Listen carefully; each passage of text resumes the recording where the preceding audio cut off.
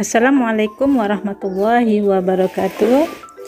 Selamat pagi, salam sejahtera untuk kita semua. Oke Ananda, ini merupakan pertemuan kedua pada bab kedua, yaitu listrik statis, dengan judul energi potensial listrik dan potensial listrik. Adapun tujuan kita mempelajari subbab pada energi potensial listrik dan potensial listrik ini, yaitu bahwa Ananda atau peserta didik mampu menerapkan konsep energi potensial dan potensial listrik dengan benar setelah mempelajari energi potensial dan potensial energi. Jadi Ananda jangan lupa simak video pelajaran yang akan Ibu berikan. Jika ada pertanyaan, Ananda boleh bertanya pada kolom komentar. Selamat menyaksikan. Masuk yang B, energi potensial listrik dan potensial listrik.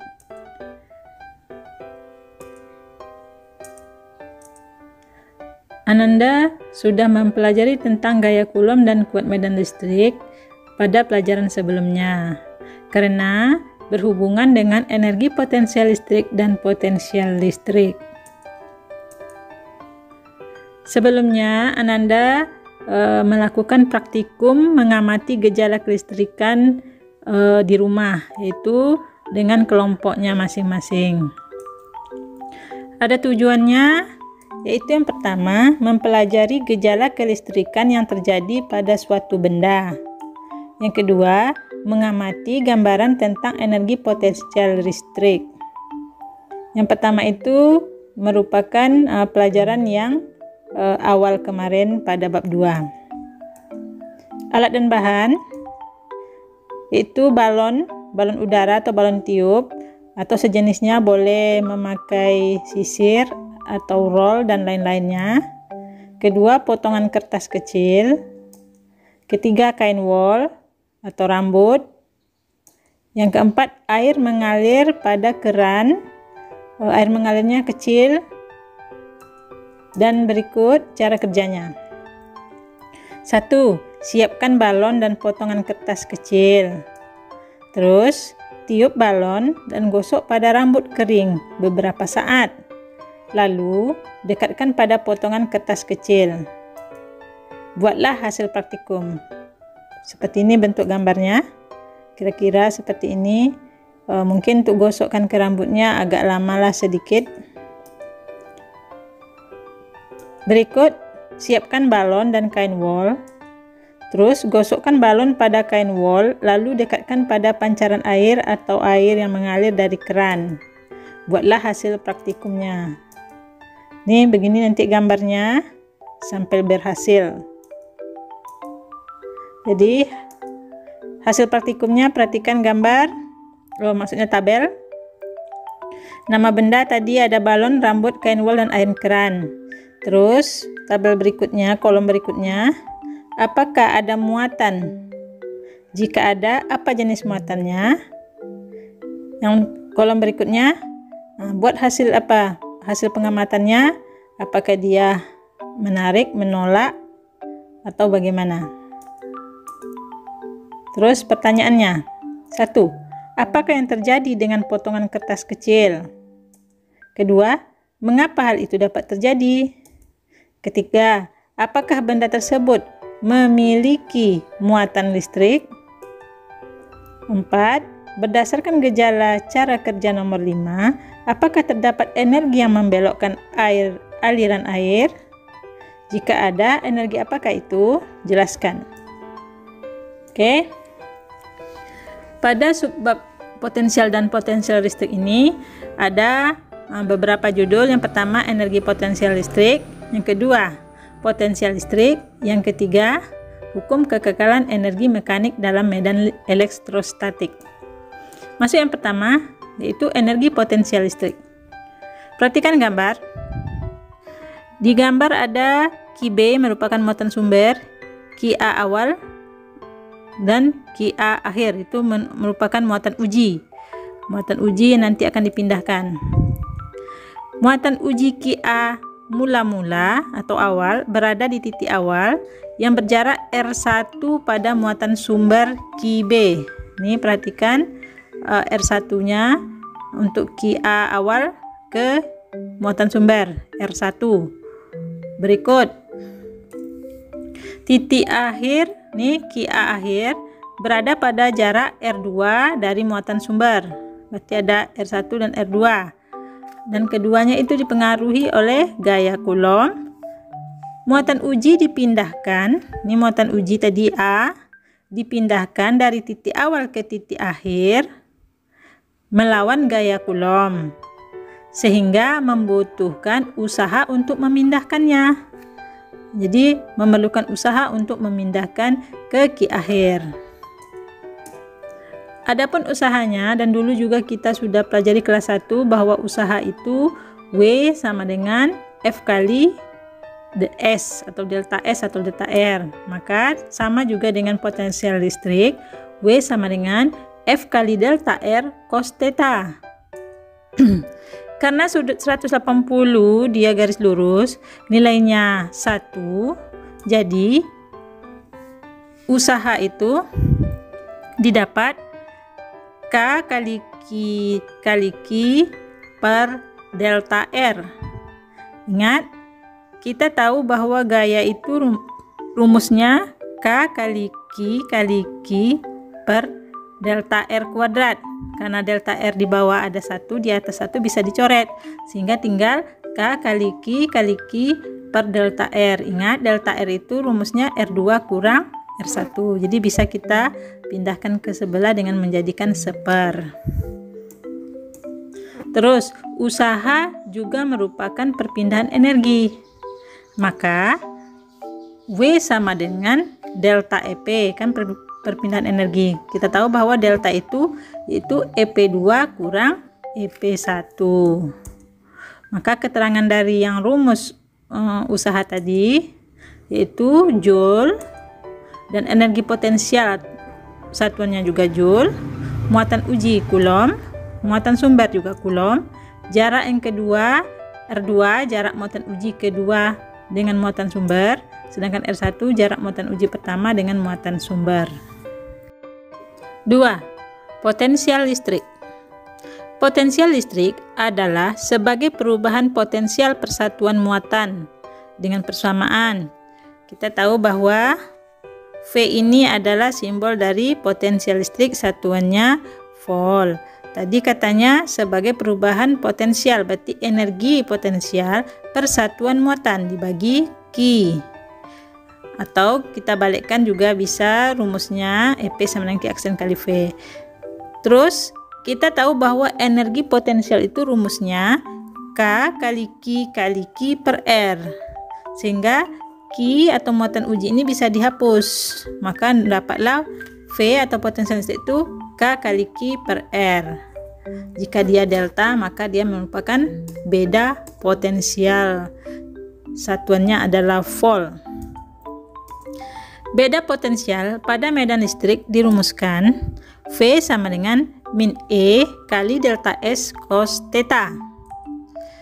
Potensial pada beberapa muatan dirumuskan bahwa V sama dengan sigma potensial, yaitu K kali Q1 per R1 tambah Q2 per R2 dan seterusnya sebanyak muatan yang ada pada potensial listrik.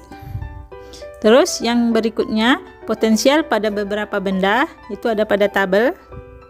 Nah, ini sudah ketentuan. Jika dia konduktor keping sejajar, ini bentuk gambarnya, maka potensialnya ada pada tabel, atau V kali sama dengan E kali D. Terus pada bola pejal bermuatan, terus potensial listrik di permukaan bola pejal, potensial listrik di dalam bola, terus kulit bola bermuatan, ini pada kulit bola bermuatan, terus potensial listrik di permukaan kulit bola, dan berikut terakhir potensial listrik di dalam kulit bola. Mereka sudah ada persamaan potensialnya masing-masing.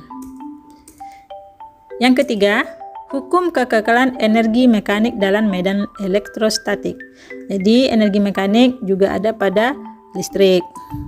Kita tahu bahwa energi mekanik itu ada dirumuskan energi mekanik sebelum sama dengan energi mekanik sesudahnya, atau energi mekanik 1 sama dengan energi mekanik 2. Dan kita tahu bahwa energi mekanik itu rumusnya energi potensial ditambah energi kinetik yang pertama sama dengan energi potensial ditambah energi kinetik sesudahnya atau yang kedua.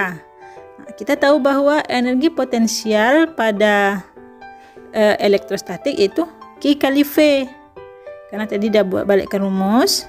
Dan pada energi kinetik tetap sama, setengah mv kuadrat. Sebelumnya disimbolkan dengan 1, untuk sesudahnya Q kali V2 ditambah setengah mv2 kuadrat. Untuk ini persamaan ini simbolnya yaitu Q muatan Coulomb, V beda potensial volt, M ini massa kilogram, V ini kecepatan meter per sekon, E energi potensial joule, energi mekanik joule juga, energi kinetik joule juga. Oke, kita masuk contoh soal. 4 buah muatan masing-masing Q1 4 mikrokulom, Q2 min 2 mikrokulom, Q3 2 mikrokulom, dan Q4 1 mikrokulom terletak di sudut-sudut bujur sangkar dengan sisi 0,4 meter. Jika permisivitas vakum dinyatakan dengan epsilon 0, tentukan potensial di titik tengah bujur sangkar. Berarti terbayang oleh Ananda semua bahwa segi 4 muatannya terletak di sudut-sudutnya, dan ditanya di tengah-tengah pada segi 4. Maka buat diketahui Q1 4 mikrokulom, Q2 min 2 mikrokulom, Q3 2 mikrokulom, dan Q4 1 mikrokulom. Untuk jaraknya yaitu diagonal, yaitu jaraknya kita cari dulu diagonal di tengah segi 4, yaitu memakai Pitagoras. Berarti sisi tegak dikuadratkan ditambah sisi vertikal dan horizontal dikuadratkan, sehingga R kuadrat ini R1 kuadrat ditambah R2 kuadrat. Maka nilainya tadi sisinya 0,4. Maka 0,4 dikuadratkan ditambah 0,4 dikuadratkan, maka dapatlah hasilnya 0,16 tambah 0,16. Di sini bisa kita ada 2, jadi 2 kali 0,16. 0,16 itu diakarkan 0,4, jadi bisa kita keluarkan 0,4. Akar 2-nya tetap di dalam akar. Terus ini baru sisi panjang diagonal, sedangkan dia di tengah-tengah, berarti 0,4 ini dibagi 2, maka dibagi 2 nilainya R-nya 0,2 akar 2. Ditanya potensial di tengah-tengah bujur sangkar. Kita jawab bahwa rumusnya ada 4 tadi muatan, berarti V1 tambah V2 tambah V3 tambah V4, yaitu memakai sigma. Kita tahu bahwa rumus V itu K kali Q per R. Nah, maka K-nya sama untuk setiap muatan kita keluarkan, maka untuk setiap muatan kita buatlah di dalam kurung Q1 per R1, Q2 per R2, Q3 per R3, Q4 per R4. Kita masukkan angkanya. K sudah ketetapan 9 kali 10 pangkat 9. Q1 tadi 4 mikro jadi 10 min 6. Q2 min 2 kali 10 min 6. Ingat, pada potensial listrik tanda minus dan plusnya dibuat. Beda pada gaya Coulomb dengan kuat medan Coulomb. Kuat medan listrik, mereka guna minnya untuk menentukan arah. Kalau pada potensial harus memakai tanda negatif dan positifnya. Dan ini nilai Q3 dan Q3. Untuk R-nya kebetulan sama semua dan nilainya sudah sama penyebutnya. Berarti pembilangnya bisa kita jumlahkan semuanya, sehingga nilainya menjadi 9 kali 10 pangkat 9, ini 4 kurang 2, 2 tambah 2, 4 tambah 1, 5 kali 10 min 6 per 0,2 akar 2. Oke, 5 kali 9, 4,5. Terus dibagi 0,2 hasilnya 225 kali 10 pangkat, ini 9 kurang 6 nih, per akar 2. Kita samakan akarnya, sederhanakan, kita kalikan, maka menjadi 225 kali 10 pangkat 3 kali akar 2 kali akar 2. Jadi ini akar 2 tetap di atas, jadi ini di bawah dibagi 2, hasilnya 112,5 kali 10 pangkat 3 volt. Oke, terima kasih.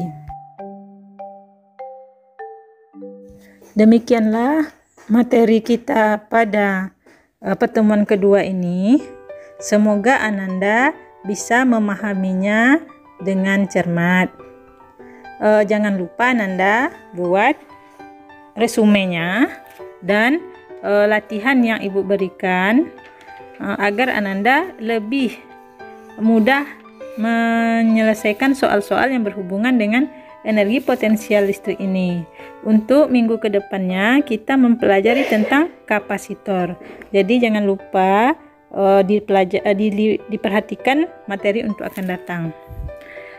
Lebih dan kurang Ibu mohon maaf. Wabillahi taufiq wa hidayah. Assalamualaikum warahmatullahi wabarakatuh.